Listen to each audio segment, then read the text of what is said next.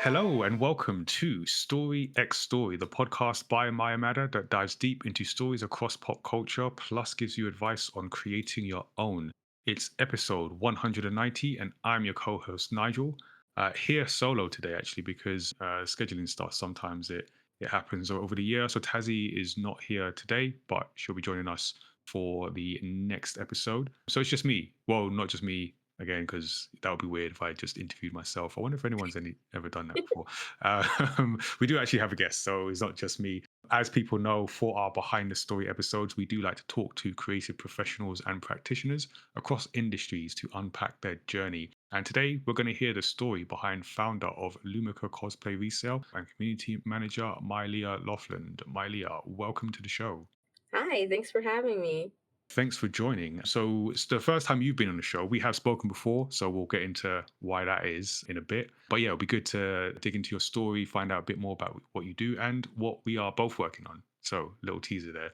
You can subscribe to Story X Story wherever you get your podcasts from, including Apple Podcasts and Spotify. You can also send us your feedback and questions in several ways. You can send us a voice message on our Spotify for Podcasters page. You can email us, studio77 at mayamada.com, or you can just throw your thoughts at us on social media. We are at Myamada on Twitter, at Myamada TV on Instagram and TikTok, or at Life of a W Gamer on Instagram and TikTok, or Tazzy on Twitter. You can also join the Studio 77 Discord to be part of the Myamada community and consider becoming a Studio 77 member to support the work that we do at Myamada. And speaking of the work that we do at Myamada, before we get to learn more about our guests, let's update you with some of the latest that's been happening. As we've been speaking on for a number of episodes, pretty much since the beginning of the year, when we did have a successful Kickstarter for our Origins Against All Odds story, we are now working on the artwork. So it's been slow progress through the scripting stage. So again, apologies for those because we are behind schedule. But the good news is we now do have the script that's been turned into the artwork. So should be smoother sailing from here. So we're now set for an autumn release of the Origins Against All Odds story. So this is a manga that features Tazzy's character in the Myamada universe, and it will be a reflective, hope-filled manga about pursuing your creative career goals in the face of resistance from doubters and the world around you. So it's a story we hope will resonate with people, whatever stage of that creative journey you're on. Hopefully you will recognize something in that. And you can check out the titles from our manga network online today. So we've got the work that we've already done, like Samurai Chef, Serious, Hot Lunch, that is available through our website. And even though we've only got a few more months of the year left, which is kind of a scary thought, we do have more to come from the Do I Look Like a Gamer video game representation campaign. So, this is our campaign that works to promote inclusion and diversity in the video games industry, as well as showcase pathways into games for young and aspiring talent. It is now a yearly initiative, and that means a new snapshot of 40 players and makers that you can check out on the website. So the idea for that is to showcase the representation that does exist as a way to inspire more of it across future generations of diverse talent. And then we do events. So we've done events at Comic Con in May, Barclays Game Frenzy. We've had our own events, Games Industry Explained at King, the Cupcake and Gamepad Social at Samsung KX. So all good times there. But we've got more to come. So we're going to be at the Festival of the Girl, October 5th and 6th. So this is an event here in London to essentially promote different types of industries and cultures and outlets for young girls aged 7 to 11. So we'll be bringing our manga and also the Do I Look Like a Gamer campaign to the Islington Business Design Centre. So we got a few things in the works. We're going to be doing some content creation, talking to attendees about like games they enjoy. We're going to be doing some games competition on Just Dance, and we've got some workshop plans, game design workshops. So taster of different things over the 2 days there. And then we'll be at Comic Con. So we're going to be at the London Comic Con in October. So that's the 25th to the 27th. Again, showcasing different aspects of the campaign in our booths. So we've got indie games, we've got game competition, doing some content creation, and looking forward to that because we had a good time in May. And then we're also going to be doing a workshop. So in the upper halls of the Comic Con. We've got a game design sprint session there. And then we're going to be doing a panel on the Friday at 12 p.m. So we'll be talking about video game adaptations, the good and the bad. And you can decide which one's which. But we'll be talking about a few examples, what makes good adaptations, why do they keep doing them. So we've got some guests we're going to be announcing a bit closer to the day. So you can check that out. And then a bit further into the year, in November, we've got our Friends and Family Game Design Jam, which is a single day to introduce young and aspiring game developers to the concept of video game design. So people can come as a group, as friends, as family. We've had young people come with parents, grandparents, or just people come as friends. You can come by yourself and we'll put you in a group so you get a chance to make new friends as well. So yeah, just all about working together to make these games, learning a bit more about game design. In the not so real world, so online on our Studio 77 platform, is basically our Twitch channel where we play different games for your amusement or someone's amusement. We had a we had a challenging time with Overcooked recently, and we also host different shows and talking to creative professionals from different industries like comics, video games, animation. So we do the Studio 77 report where Tazia and I recap the latest mayamada news and announcements. Basically what I'm doing now, but with a camera. You can check that out. Check it out live. We record it live on Twitch. You can see all the bloopers, or you can see the nicely edited version on YouTube as well. We have the Casual Conversations with Comic Creators, which is our monthly series where I talk to a different comic creator about the craft of making comics. So usually on the first Tuesday of each month, it can change, but the next one will be on the 1st of October, where I'll be talking to Erin Angiolini, who has done some really cool work actually on like her own projects. She's working on Batman comic recently, so we'll talk more about that. So it'll be 7:30 p.m. on the 1st of October, and then available on VOD afterwards. And then I mentioned Overcooked. We do play games usually at the end of a month. So we're working on the September one, and yeah, each month we play games with our community. Sometimes well, most times not, but always fun. So you can check that out on Twitch as well. And kind of the reason we're having this episode is because we are also doing an event for another organization. So a lot of the times we do our own events that people may have come to, but we also help deliver events for other organizations. So October 11th to the 13th, we're going to be involved in the FRAY World Game Jam. So it's the first annual FRAY World Game Jam, which comes off the back of the FRAY Theatre Show, which I went to see in London in June. And we are going to be working with the organizers Candy Bomber to bring a 48-hour game jam in real life. So you can jump into the creative world of FRAY and yeah, create some games. So it's all about creating games either in person in London or online for a weekend long music inspired contest for people of all skill sets. So it will start from 6 p.m. on Friday, October 11th, and then submissions are due by 6 p.m. on Sunday, the 13th of October. So yeah, we're going to talk more about that. And then if you're a young person and you're listening to this and want to get involved, we do have a work experience program where young people aged 16 and up can get involved in the work we're doing, gain relevant experience in creative areas that they might want to build their careers in. So whether it's comic production, the events that I've just mentioned, content creation, you can get involved. And we've got a couple at the moment who are doing really cool work on the current manga, Against All Odds, some future stuff with 11th Hour, and also investigating animation, which has been a learning experience for me as well. So it's actually good for us. So you can email us showrunners@mayamada.com to find out more about that. And that's yeah, that's the bulk of what we're working on. So now you're all caught up with that. Let's go behind the story with today's guest. Myleah is a cosplayer, founder, and community manager who has really made good contributions to like games and cosplay. She runs Lumikha Cosplay Resale, creating a sustainable marketplace for cosplayers to buy and sell gently used costumes and props. And in addition to her work in cosplay, Myleah is also deeply involved in the gaming world and playing a key role organizing the first FRAY World Game Jam. So, as I just mentioned, we're going to get into that a bit more. But as we always do with our interviews, we like to start with a question around creativity. So, Myleah, what does creativity mean to you? Really starting it out with a big question here. Yeah, we only start with the big ones. Yeah.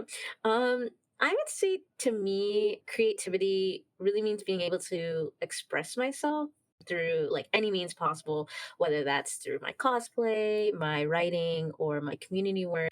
I'd say it's really like taking part of myself and like expressing it through the art that I'm creating and helping others to create. I do a lot of different work across games and also like in the cosplay world, as you mentioned. So getting to take bits of myself and like put that into my work has really helped me to continue to express my own creativity. Yeah. Yeah, I like that expression aspect for sure. And I did mention the Frey Game Jam event. We'll get into that in more detail, but just to get like a grounding in it, because we're both working on it. But it'll be interesting just to let people know what your involvement is and just where we are with it. It's basically like this is the meeting. uh, Yeah. So my involvement in the FRAY World Game Jam is I'm the community manager. So how I kind of got here was I have helped to organize several game jams. Most recently, the Just Play Jam, organized by Anima Interactive and Cinereach. And yeah, so I was kind of scouted by one of our other team members, Ben, to come on and work on the FRAY World Game Jam. And what I love about game jams. One, I've like participated in a couple of them myself. Whether or not I've finished prototypes from those game jams is another yeah, who's is keeping another track anyway? conversation. Yeah, exactly. If if I sign up on H.io for like 5 game jams and I only get 2 games done in a year, who's counting really? But yeah, I love game jams because I think that they're a place where people who are really excited about just like creating and like getting in there and making something, even if it isn't good necessarily, like it doesn't Mm, have to be good in order to build skills, meet new people, and kind of like create like a community together around like a common interest or theme. And so, like as a theater kid, I was very, very excited to hear about the Frey World Game Jam because, well, I haven't seen the show yet, which I wish I could. But like I really loved like hearing about it and seeing all the videos. Yeah, and Nigel, I'm very jealous that you got to see it. I'm sure that it was like yeah. amazing. Yeah, no, it's really cool to see. It's something that I've not seen. Actually, probably just not seen that mix of like dance and video games. So I was like Yeah. intrigued, and I like the way it came together. Yeah, that and that's like one of the things that I really like look for in just like the work that I take on and the projects that I work on is just like combining unconventional kind of media together. Like with my cosplay sustainability business, it's like cosplay and sustainability and bringing those things together. With Frey, it's taking dance and video games and actually creating that game jam that's in the theater production into the real world. And so that's been really exciting for me. And so yeah, most of my work is helping to create promotional materials, building up our Discord server, helping to like reach out to people who are interested in jamming. And yeah, so that's been really exciting. And I just love working on game jams. I think they're super fun. Okay, no, that's really good to get that context. And like I said, we'll dive into it a bit more in a moment. But always interested to know how people got to where they are at the moment, because I feel like everyone's journey is different, and I would like to highlight those differences or like similarities. Actually, it's interesting where there are similarities. So, I mean, if people couldn't tell already, you are not from these parts. I say these parts because I'm recording in London, but you're not from London or the UK. I'm guessing. So, whereabouts are you in the world? And yeah, what inspired you to get into these creative avenues? You said like theater, see video games, cosplay. Like, is that always from the beginning, or did that come a bit later?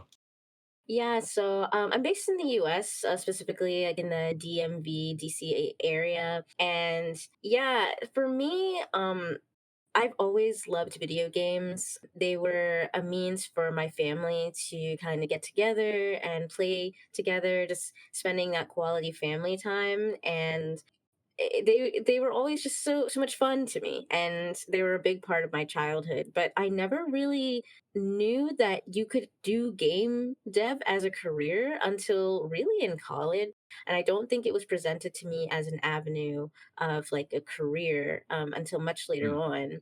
In terms of cosplay, I mean, I dressed up as Pikachu for Halloween like once when I was 10. So I I think that counts. I'm not sure if it counts, but for this we'll Yeah, count it. So yeah, I've been a yeah. cosplayer I mean, I've for seen a lot of Pikachu's, so that that's counts for something. true. That's true. That is true. But yeah, I always kind of like loved the idea of like playing pretend. And as I got went to college, my college roommates actually got me more into like anime and manga, and they introduced me to going to anime conventions. And my first one was Otakon, which used to happen in Baltimore, but now it takes place in Washington D.C. And I was actually there just a couple of weeks ago, and my first Mm. cosplay was Korra from The Legend of Korra. Oh yeah. And yeah, that was a lot of fun. And I used my natural hair for it. And my mom helped me to crochet the costume. And it was fun. It was like I loved this character so much because she was strong, and also I felt like wow, she looks just like me, like she just like me for real. So I really wanted to cosplay her, and the reactions that I got at the convention were really positive. It was just like a really nice experience for my first convention. And yeah, that was back in 2015. So 2025 is going to be like my 10-year anniversary of cosplay. And yeah, it's been a big journey, I guess, kind of adventuring into cosplay more. Yeah, I mean, 10 years. That's when you start to feel old. Because I've realized recently, like our first comic was 10 years ago, and I'm like, oh wow, that's yeah, that's a long time ago. That's when you know you've Yeah, been in it a long time. it doesn't feel like it's been that long, but then like when I look back at all the memories and like all the things that I've learned, I'm like, yeah, no, it's been a long Yeah, time. time. Yeah, for sure. And you mentioned like family influence in terms of like games. It sounds like there was a lot of support in like family being able to play games with them rather than in spite of them, because some people have that kind of Yeah. journey. So do you feel that was a like that positive influence that has inspired you to pursue this kind of craft culture and I guess like now work like career? Yeah, my dad, he was like really big into like Dr. Mario, and we played lots of like Mario games together, and like Mario Party was like, it was a little dividing, but it was also a way for the family to like get together. And these days when I talk to my parents about what I do like in game development, they're like, all I know is that you do something with video games and I don't quite understand what it is, but as long as you're making money and you're happy, then like it's fine. Like we support you. They're very supportive of what I do, and making money per well, we're in game dev here. We're not Yeah, yeah, it's a rocky time. It's yeah, yeah. we're not millionaires, but we're solid. And Getting there, getting there. yeah, getting there. But yeah, so it's been great to like have their support. And they yeah, with the cosplay thing, like I said, my mom helped me to make my first costume, and she's always really interested. And they both ask me, oh, can you send us photos? We want to show everyone.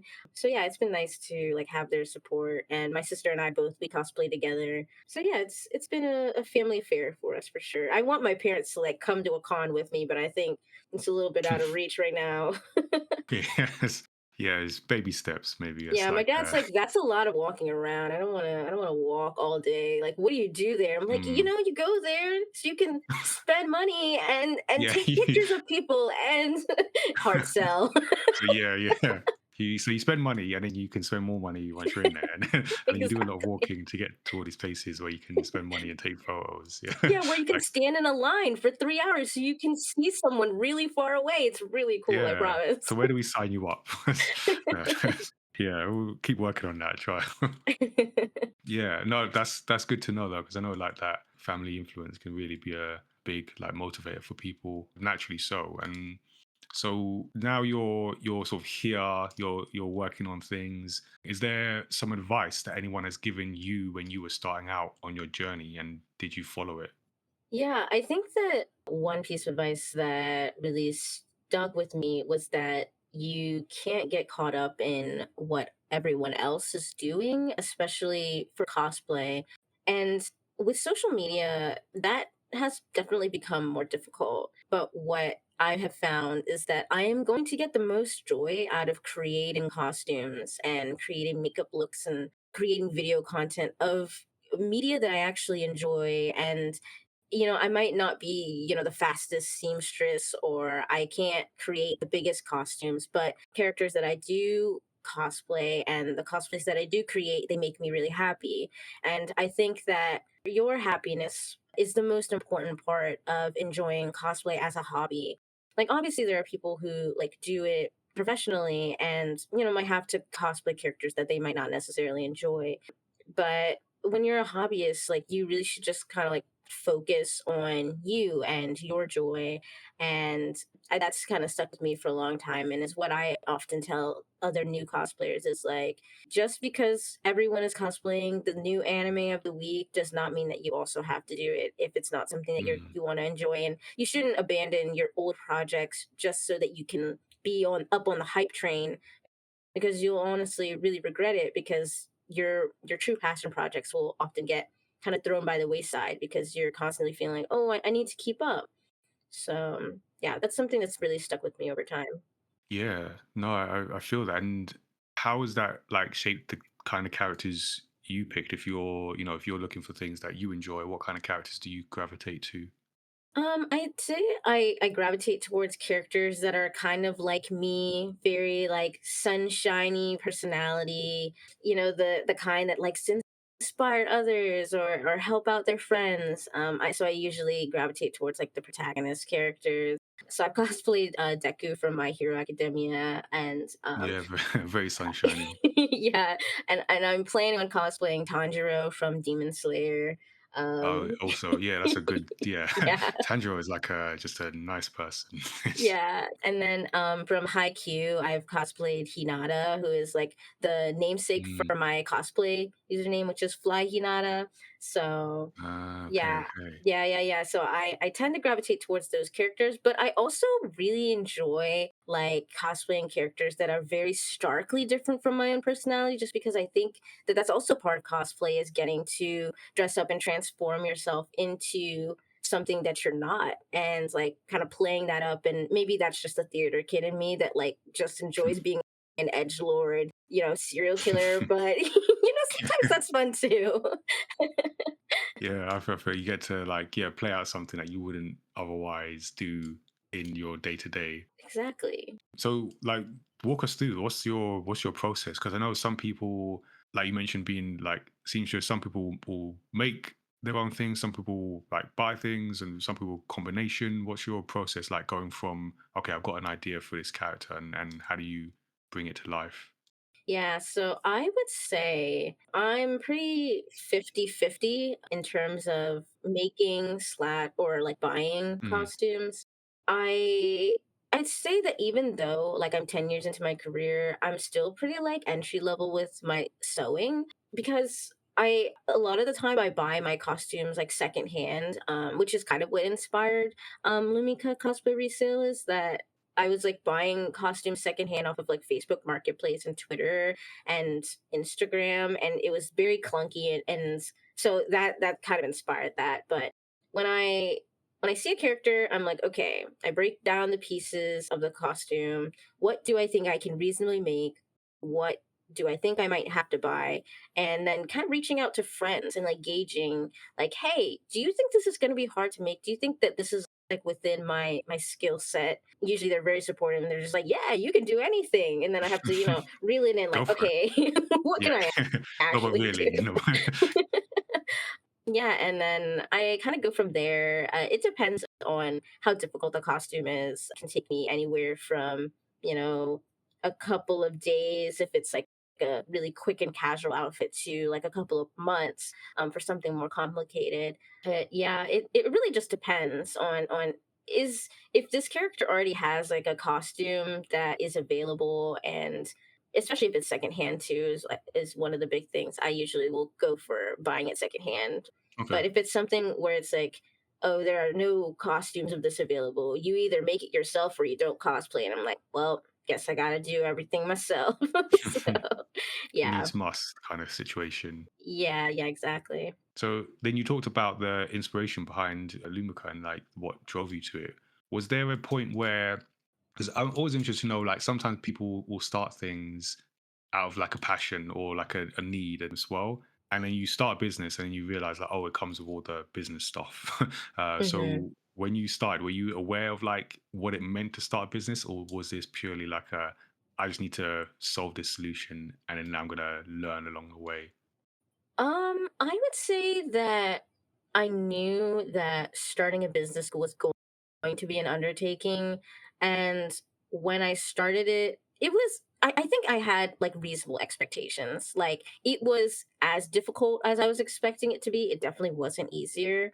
And over time, as you know, the I started Lumikha in 2021. Over time, it has gotten easier just because like I know how to navigate certain customer interactions. I know how to make better connections. I know how to manage the website better. And so efficiency has increased over the years. But yeah, I would say that it was difficult. I definitely wouldn't say it was easy. Yeah, no, I because when we started, it was like, oh yeah, this is not that anyone said it would be easy, but I don't know. Sometimes you just see it, and it's like, oh yeah, you do X, Y, Z, and then cool, it all falls falls in line. It's like, Yeah. no, that's not how it goes.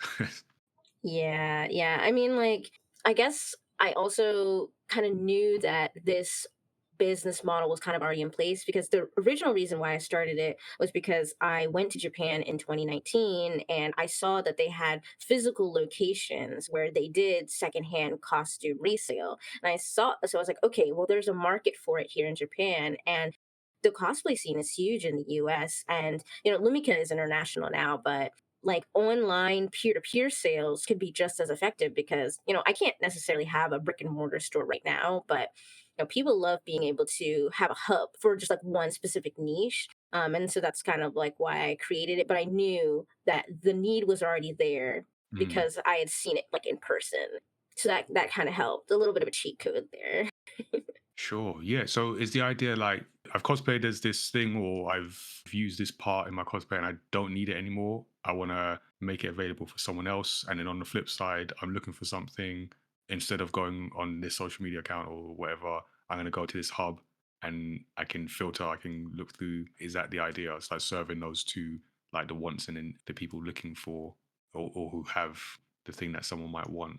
Yeah, exactly. So it's kind of like reducing the need to buy costumes like from overseas, or like buying them the mass produced ones on Amazon, kind of like focusing more on people who maybe have already bought those costumes and then giving second life to those costumes that have already been purchased rather than like having a factory make a new one. Right. So there's like that sustainability aspect in terms, both in terms of, I guess, environmental, because yeah, if you're not needing to make as much, rather, reusing that, and then the Yeah, cost, because I know like, cosplay could be an expensive thing if you're making things like custom all the definitely. time. So I can imagine it helps with that as well. Yeah, and like for cosplayers, we often collect fabrics for costumes we're planning, and like maybe you just end up not being interested in that character anymore, or something happens in the show, and then you just don't want Yeah, to. they mess up the show and it's like, no, Yeah, I'm done with this. yeah, exactly, exactly. What do you do with that fabric? For a lot of cosplayers, they end up hoarding it, and we, you know, we all have our little cosplay stash. But like, what happens when that stash becomes too much? And on Lumika, you can actually sell your second. You can sell fabric and notions as well. So it's kind of also Mm. helping with that as well. It's not just finished costumes or finished props. It can be unfinished items as well. Because maybe someone wants to take what you've already done and finish it off for you and make it for themselves. Yeah. Okay. Hmm. And you said, is it 2021 you Yeah, yeah. I started? founded it back in 2021, Okay.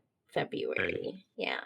And has there been? I imagine there's been like lots of challenges. I wonder if there's been any surprises in terms of either what people have put on the platform or what people have done with things that have been purchased on the platform, just surprising ways that people might have used it. Yeah, I have seen like one thing that really surprised me was there was like a costume that sold for like over $2,500. Mm. And I was really surprised because I was like, well, you know, obviously the crafter deserves to be paid for what they made. Yeah. But I was like, wow, people are really like spending that much on costume. Like I've never spent that much on a costume, but like good for you that you can spend that much. But Yeah. I that haven't really spent that much surprised on me. most things. Like like just my Exactly. regular wardrobe. I don't think. Right, right. And it did come with like a full, I want to say that it was like a cloud cosplay, like from Final Okay. Fantasy. But I can't remember if that was what it was. But it did come with like a Buster Sword, so like it was like multiple parts. It was like armor and the Oh, fair. sword and That's a big wig. sword. Yeah, it's a big sword, and also I think they were shipping from like another country. So Oh, okay. So probably like yeah, 80% of that was just shipping, actually. right. Yeah. Yeah. Because I've had to Honestly, ship books to US and that is not fun. Like, that is far yeah, too expensive. So imagine that sword. Yeah. Okay. That makes yeah. more sense now.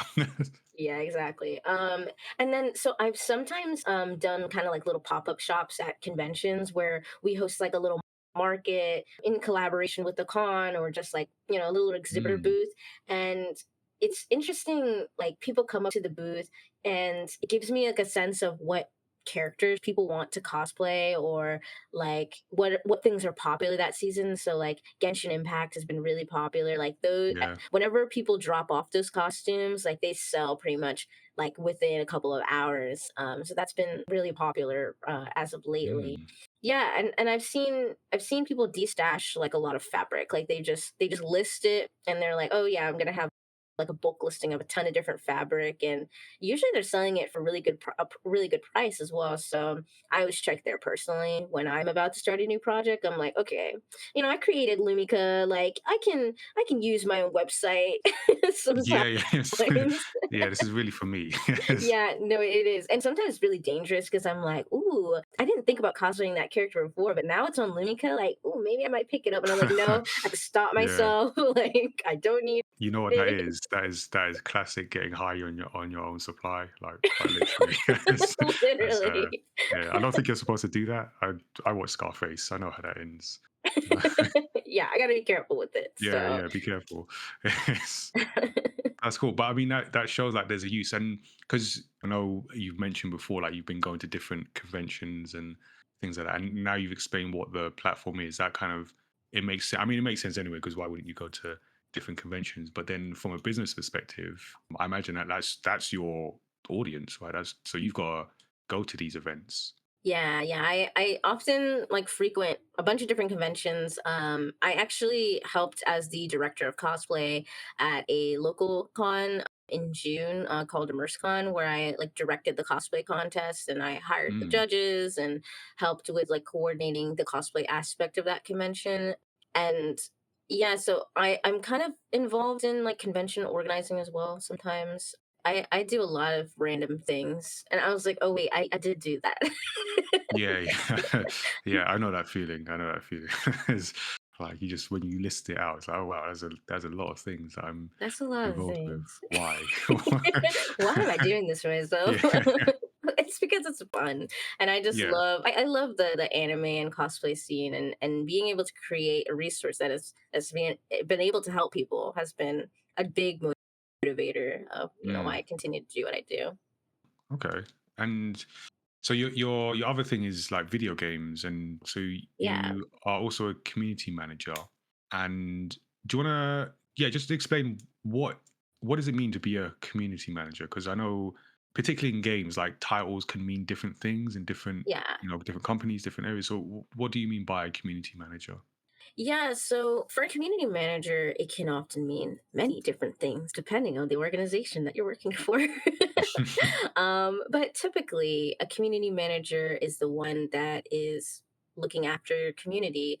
They're the one who is going to be the first point of contact between the audience, and they're going to be between the developer and the audience. So when you send all of your mean comments on Twitter, it's Mm. not going to the Just- developers, right? It's just going to the community manager. yeah, Like, think about that, okay? Like, the people on social media often are not the ones that you're actually mad making at. the game. They're not Like, making the yeah. game. Um, sometimes the community manager is also like a developer on the team, but like most of the time, that's like not exactly what's happening. Community managers were the ones who are running your Discord servers. See, community manager and social media manager are sometimes synonymous, even though that's Okay. hotly debated. But community managers sometimes run the social media accounts. They will create content, and then if you're kind of like at exhibition shows, they might like talk with like audience members, players who are interested in playing the game. They might help out at the booth. So yeah, community managers kind of do a little bit of everything, but they, keep the morale of the team up. They pass on review and feedback. For me, I've helped to run beta tests and demos within the community and bring that feedback back to the developers. So yeah, community managers, we wear a lot of hats. I'll just say Mm. that. Yeah, and I always because I've interviewed a number of community managers, and I I feel for you um, because how can I say this? Gamers can be difficult.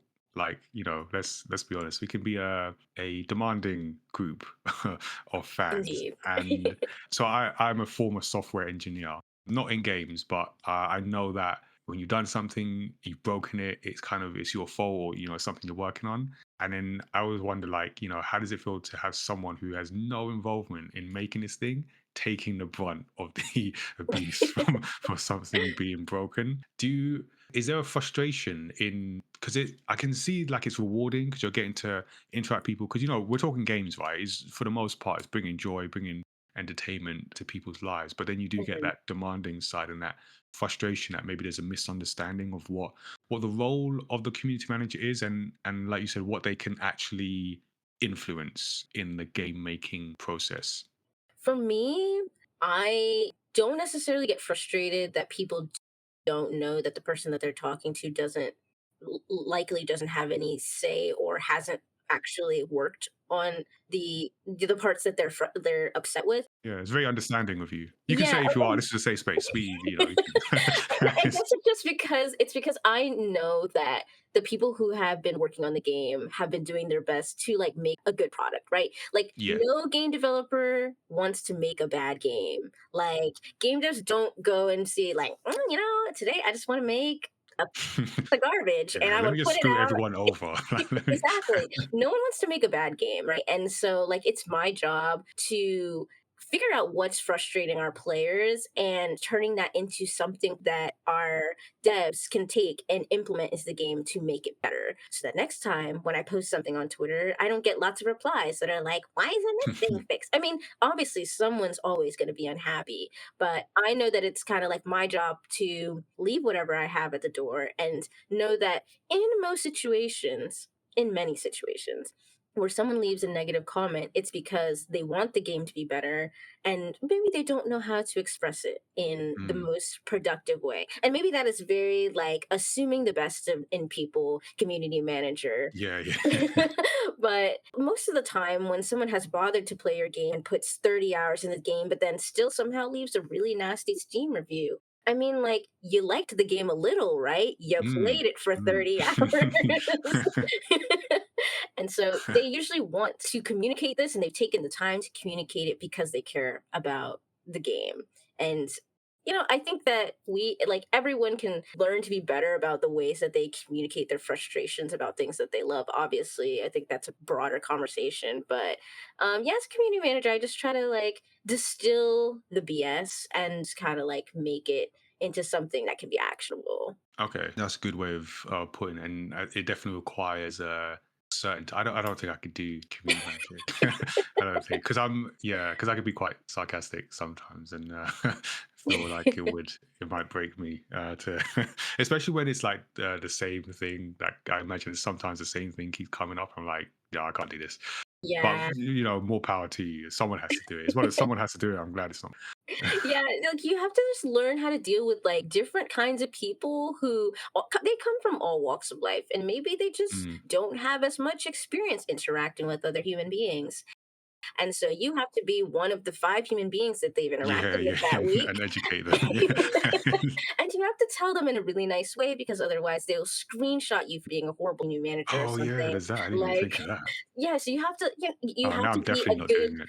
you have to be a good voice for your brand because right you're Mm, representing the game and like even if the yeah, community manager says something that maybe the other devs might not necessarily agree with, that's the responsibility of the community manager to be the imagine, voice. yeah, So it's big. It's a lot of responsibility for sure. yeah, for sure. And yeah, because you're dealing with two different audiences as well. The people who make the games, people who play the games, and yeah, Yeah. what what do you think would surprise people about like the role of community manager? Something that they might misunderstand or think was one thing, but is actually another. Mm, that's a hard one. I feel like people think that being a community manager is easy because they're like, all you do is post on Twitter all day. But what it takes to be a community manager is not just being social media savvy, it's also being people savvy, um, understanding like the development process. Because if you don't understand like how your game was made, at least from like an overarching standpoint, you're going to be confused on how to best convey those updates to the audience. The developers are not always going to hand you like exactly step by step what you should say to the Hmm. community. Like that is on you to distill and make it readable and easy to understand. And I think that's kind of where my background in journalism has really helped me is like we get a press release from the governor's office, and we need to distill that information in something into a way that is easy for constituents to understand. That Right. skill has kind of really helped me in game dev. It's like, all right, here are all the updates from the devs, and here's what our players need to know about these updates. So yeah, I'd say that it requires a pretty wide skill set for being a strong writer, but also having a strong knowledge of audience and being able to discern like what's important and what's not. Okay, that's good. Like good context. Hopefully that, yeah, people can get that more appreciation for the role and what's involved. Hmm. Okay, let's talk game jams, and specifically the one that we've got coming up. But so we, mayamada, have done game jams of a kind because our brand is like all ages, and we've done mostly like tabletop game design jams, the family audience. This is actually somewhat new to us. We've done workshops, we've done helping young people work with game engines to make stuff, but in terms of like a 48-hour game jam, this is new to us. So it's like an interesting challenge for us. But you've been involved in game jams before. So what typically happens in a game jam, like for people who might not have been before? Yeah, so a game jam is typically an event that has a set time, where you create a game or game prototype in, yeah, like a short amount of time. These can be virtual or these can be in person, and they usually are centered around a theme of some sort. So whether that's like a theme of music, like the Fray Jam, or it's an engine like the Game Maker's Toolkit Game Jam. Usually, you get together with either a group of friends or maybe even people that you've never met before, but maybe meet through a Discord server or itch.io community forums, or you meet them in person at the day of the event, or you can even do a game jam solo. The experience is up to you to kind of decide. Game jams can be a really fun way to skill up, practice something that you haven't been able to. Maybe if you work as a level designer in your normal day-to-day job, you want to practice your audio, so you can practice audio in this like safe setting that is high paced and someone's still relying on you, so there's a bit of like accountability there, but it's still pretty low stakes. And then you can say like, hey, I can put this now in my like audio designer portfolio, because you're trying to build that up or something. Yeah, game jams are a great way to portfolio build as well, and just make connections. Yeah, so I think that's a good game jam overview. Okay, so it's not just necessarily like new people, because you mentioned like you could be a current professional in the games industry and you might still go to a game jam. Yeah, yeah. Game jams are really for anyone who who just wants to make a game, regardless of if you're like an industry veteran or if you're a student. I've seen jammers of all ages and skill levels in the game jams that I've organized and participated in. Right. Okay. So then, does the length of time vary? Because we got a 48-hour one. Is that usual? Or are they longer? I imagine there's not many shorter, but yeah, is that a usual time? Yeah, I'd say 48 hours is typical for a weekend kind of game jam. Yeah, usually you can see week-long game jams, month-long game jams. There are 2-month-long Mm. game jams. There's a game jam on itch.io that is called the Never Ending Game Jam, and it has been going for several years now. And it's just like, yeah, we make a game until the end of time. And those are fun and silly. But yeah, I'd say on average, game jams typically stick between 48 hours and a week. I'd say that month long jams usually have games that are a bit more polished just because obviously they have more time. but it's more of a time commitment, right? Like with the 48-hour jam, you get in there, you make something, and if it's good, awesome. If it's not good, well, at least you only spent 48 hours on it, right? So yeah, it kind of varies. I'd say that I enjoy week-long ones because I feel like I can kind of mull over it throughout the week of like maybe, after the workday, I can work on it a little bit at a time. 'Cause Right. I kind of like to stew on it, but weekend ones are fun for like very like high-paced kind of work. All right, cool. So that's what we're expecting here. Yeah. High paced, frantic work. Okay, cool, got it. um, and what inspired the creation of the FRAY World Game Jam specifically? Because I mentioned at the top, there's like a whole theater show, but yeah, what brought this all together and what's underpinning the style of this particular game jam? Yeah, so in the Frey show, there is a game jam contest, which the two brothers like participate in. So we are kind of recreating that game jam in the real world. And so that was like one of the big like inspirations for the game jam. It's going to center around music, and we're gonna expand more on the theme kind of on the day of the jam starting. Mm. But yeah, that was kind of the kickoff of why we started the game jam. Yeah, and then have you ever taken part in a game jam that's got like that kind of theater, music inspiration, and then also because there's a Frey game, like a Frey video game as well, and it's like that's very much a what's the word trifecta. I don't know if that's the Yeah. right word of things happening here. Have you ever been involved in something like that? No, it's very unique. It's really interesting to like be part of like a multimedia project because it's like, oh, we've got the Frey show, which is a live show with like dancers and music, and then we also have the Frey video game, which is coming out soon, and then we also have the Frey World Game Jam, where people can come and participate and make a game and be kind of part of this like Frey multiverse. There you go, So the yeah, multiverse. That's the the word. multiverse.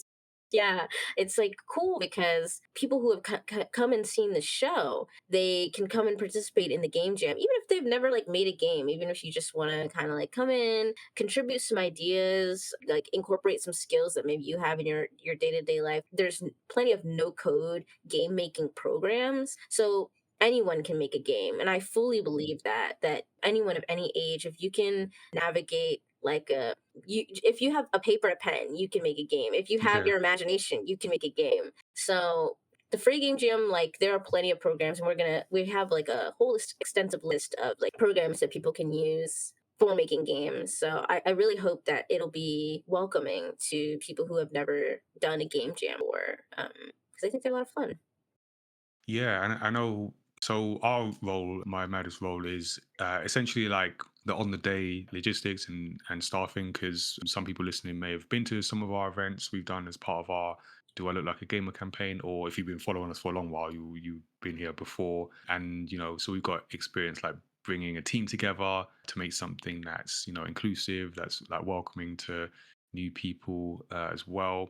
And Tazzie's great host, and we've got people who are really knowledgeable about like the organizing side of things. So bringing that, and then because we do workshops, I know we're going to be doing like a family, so more newbie welcome workshop aimed at more tabletop gaming and having them being able to sort of make games, learn how to make games, and then enter something into the game jam having learned it on the day. So we're gonna try and make that work. So yeah, really it's cool to see something that is quite, I'd say, inclusive, because I've always got the impression like game jams there's like a barrier, and not necessarily in a bad way, but just like a barrier because you think you have to already know how to make a game, but this Hmm. seems like more sort of welcoming. If you've never done it before, come and learn, come and try. And then also like I mean, I'm all for like different mediums and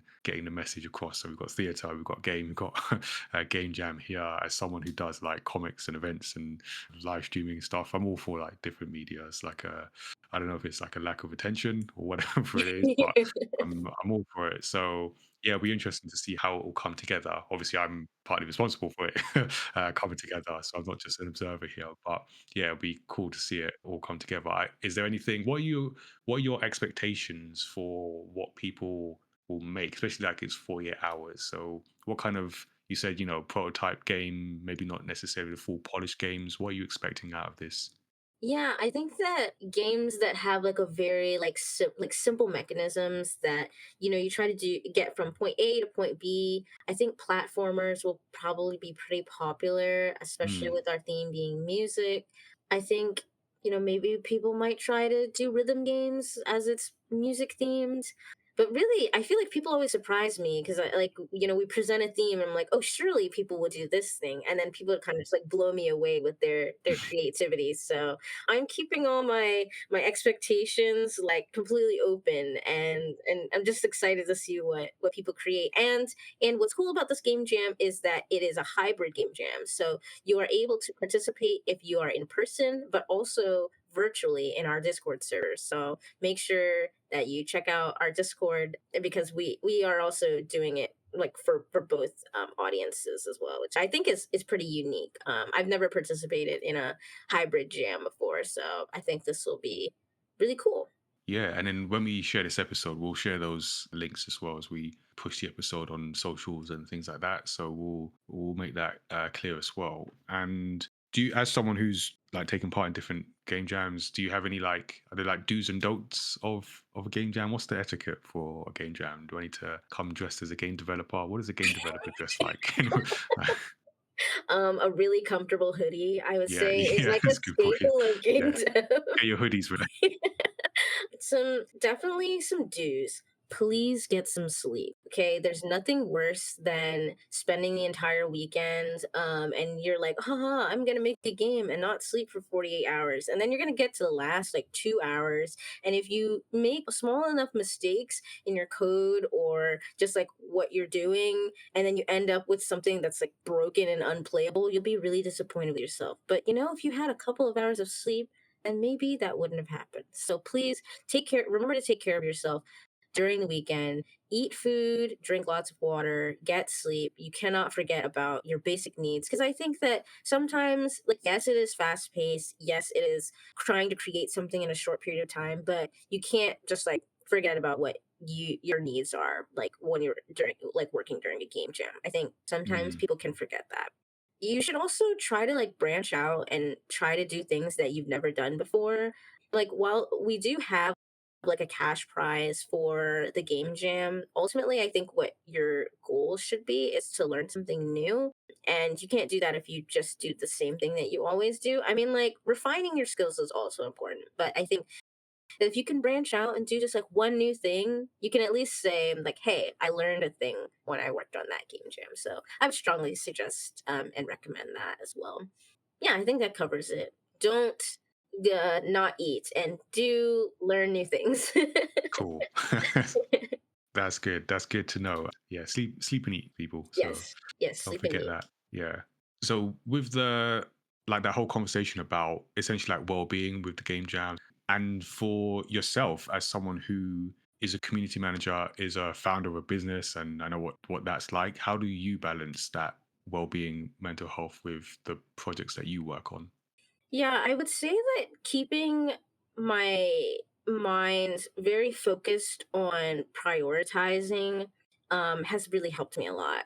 I have to level with myself. Like, you can't do everything. You can't help organize every event. Every time someone asks you to do something, you can't just say yes.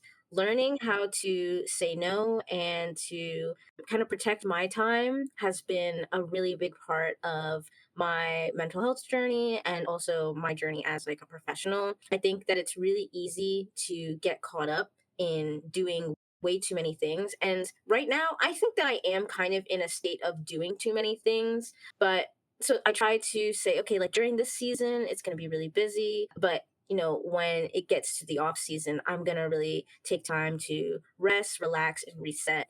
And keep staying like on top of those things and writing them down and reflecting kind of at the end of each week and saying, all right, here's what I'm doing this week. Where are the spaces that I can hold for myself to just relax, play my silly little farming sim game, and listen to music and chill? And those spaces are also really important. Like I feel like being like a freelancer and an entrepreneur, there can often be that like very go, go, go. Like you always got to be on that hustle and grind kind of mentality. And like that will burn you out so fast. And Yep. I feel like I was approaching that point, and that's when I kind of had to pump the brakes and say, like, look, like just because you are like passionate about like all of these things does not mean that you can do them all at the same time. And so I've kind of had to like break them into times of the year where I can dedicate to doing XYZ thing while also balancing working on my hobbies, because I feel like if I can't do my hobbies and my fun things, then having that space to do like career things, it doesn't even matter. Like, because Mm, at the end of the day, like I mentioned, like my joy and my satisfaction with my life is one of the most important things to me. So I'm like, if I can't do the fun things, then making the money does not matter. Because like when are you gonna have time to yeah. use the money? When are you gonna have time to spend with friends and family and the people who matter if all you're doing is like grinding and hustling all the time? So it's like, yeah, okay, you can be a millionaire by the time that you're like 100, but like, okay, what then? Yeah. Yeah. No, it's a really good point. I feel, especially when you get into like freelance, self-employed, it can get into that. It's like some people will leave the employment to get out of the rat race, but then you can find yourself in a different rat race, Yep. Yep. and it just looks different. So it's good to keep those things in mind. Nice. Okay, so as we always ask people about creativity, we always end with asking people about visions of success, because I always feel like we're all protagonists in our own story, and any good protagonist has a goal and a vision of success. So, what does success look like to you, Myleah, and are you there yet? Hmm. I think to me, success is really about being able to make the world like a better place for others, as cheesy as that might sound. Like even if it's just by like a little bit, like whether that's me creating my sustainable cosplay marketplace that helps people to get their cosplays for a lower price, or making the world a better place by being less wasteful, or even like creating cosplay that inspires others, like just brightening someone's day with costumes or a cosplay. Like to me, that's the true mark of success. So I would say right now in my career, I feel very successful. Like my success is largely measured by my own joy and fulfillment of what I'm doing. And like cosplay started as a hobby for me. And obviously it has branched more to like a business in like my cosplay resale aspect. But like at the core of it, like I just like want to be happy with what I'm doing and to help make others happier as well. Like when I see the look on someone's face, like seeing me dressed as their favorite character, and they're like, "Oh my gosh, that costume's amazing!" Like that for me is like plus one success. So thankfully, I can say that I feel really successful right now, and I want to continue that kind of into the future, and with that same outlook. Yeah, nice. I really like that. That's a good measure, and it's really like dependent on you as well, because that's the best thing when it's your success is like that internal rather than trying to match to something external. Yeah, like there are so many like external factors that I cannot control. Like recently we hit like a milestone of having like 3,700 users on the website, which is really awesome. But originally my goal was to hit like 5K by the end of last year, and we didn't make that. And so I was like a little disappointed with myself, like, oh, I feel like we could have gone out to more events. I could have handed out more business cards, yada, yada, yada. But when I went in person to an event recently and people came up to me saying, like, oh yeah, I actually used your site to like do my first cosplay. Or there was actually a teenager who came up to me during the event and said, this is my first costume. Like she was buying it at the table, and she's like, yeah, Mm, the only costume I've ever done is the one I'm wearing right now, and this is just like something really simple, but this is the first one I'm buying. And like to be a part of someone's like cosplay journey like that is success to me. So there are many things that like I cannot control, whether that's followers or, like users or like how many people are using the site a day. But what I can control is like the way that I treat others and the way that I create a welcoming community, whether that's in games or in cosplay. And I feel like the success will come, the people will come as long as, I'm open to it and like creating a space that like I would want to be in as if it wasn't me. So, yeah. No, I like that. That's a good outlook. In each interview, we like to ask our guests to give advice for aspiring creative professionals. So we've been talking games, cosplay, community building. So, Myleah, what advice do you have for others listening who may want to get started either in video games, in cosplay? You can go whichever way you want with it, but what advice would you have for someone who might want to do some aspect of what you're doing today? So I want to give three pieces of advice because I feel like I've covered kind of three facets of what I do. So Hmm. for cosplayers, I would say remember why you started cosplaying in the first place. Whether that was because you loved a character and you wanted to see yourself as them, or you wanted to feel more confident by cosplaying a character, or you just thought that doing a crazy wig and dressing up in a costume was cool. Like always stay true to that original reason why you got into cosplay. Obviously, like your intentions and motivations can change over time, but like really sticking to the core motivation of what inspired you to get into cosplay is very grounding and will help you from straying too far away from that original goal of like why you even started the hobby in the first place.